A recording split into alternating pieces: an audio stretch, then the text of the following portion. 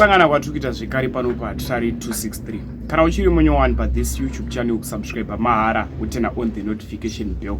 Uyezve malikes enyu anotibatsira zvikuru kuti video rine rivinge richifamba kune avo vanenge vasati vaona this video. Why ndanyora video rino iri ndichiti vanhu vakaroba bank Ecobank kuBulawayo vazvibuditsa vega pachena. Pane video riri kucirculate streets social media. Video iri kutenderera streets social media.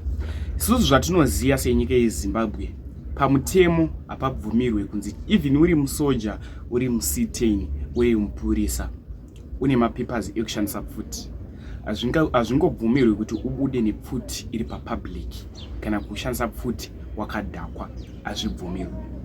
Pane video iri kutenderera streets social media rivarume vanga vakabata pfuti nemapistoni akaiswa kumashure, kumapockets ekumashure, vachiraudza kuti vanhu vakadhakwa vachitamba nepfuti. Video iri kufamba streets social media zvichinzi avo ndo varume vekuroba bank Ecobank kuBulawayo. Zvisinei, pane mafaces nemazita evanhu emasuspect ari kususpectwa kunzi pamwe ndiwo vakaroba bank kuEcobank.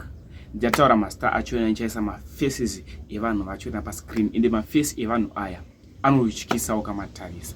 Vanhu ava wai vari kufungira kunzi ndiwo masuspect, zviri kunzi vanozivikanwa nenyaya dzekuroba idzodzidzi. Watarisa maface avo anjaisa pascreen, pane umwe ari kutoratidza face iyi yakazvimba nekurohwa, ende asi maface emanga anotyisa. Face yeto wasangana nayo manheru unotiza. Zvanda kuita ndakutaura mazita evanhu ava. Pane anonzi David Sawadya, Elijah Vumbunu, Kuda Kwashe Mudzingwa, Takafa Zumbunu, Israel Zulu, So Chinake. Takatarisa vana Vumbunu ava zvirikuratidza kuti vanhu veukama, vane masurname akafanana. Zvanda kuita munguva inoenda kukuradzai video, totaurawo zvatinofunga mucomment section pamusoro penyaya iyi yakaitika kuBulawayo.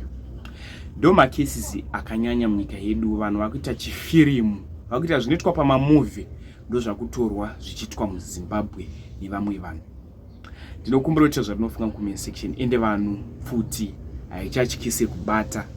Unotoona nhingi akabata pfuti. Pane video rakatenderera rekumbari mastreets social media, ndakarigadzira futi ndakariposta panapa, revanhu vakabatirana pfuti kumbari, vakabata pfuti kumusika kumbari, mapistol. Pfuti haichatyise, yakubatwa serekeni.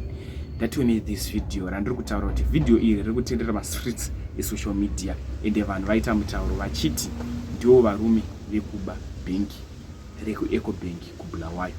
Ndatione this video.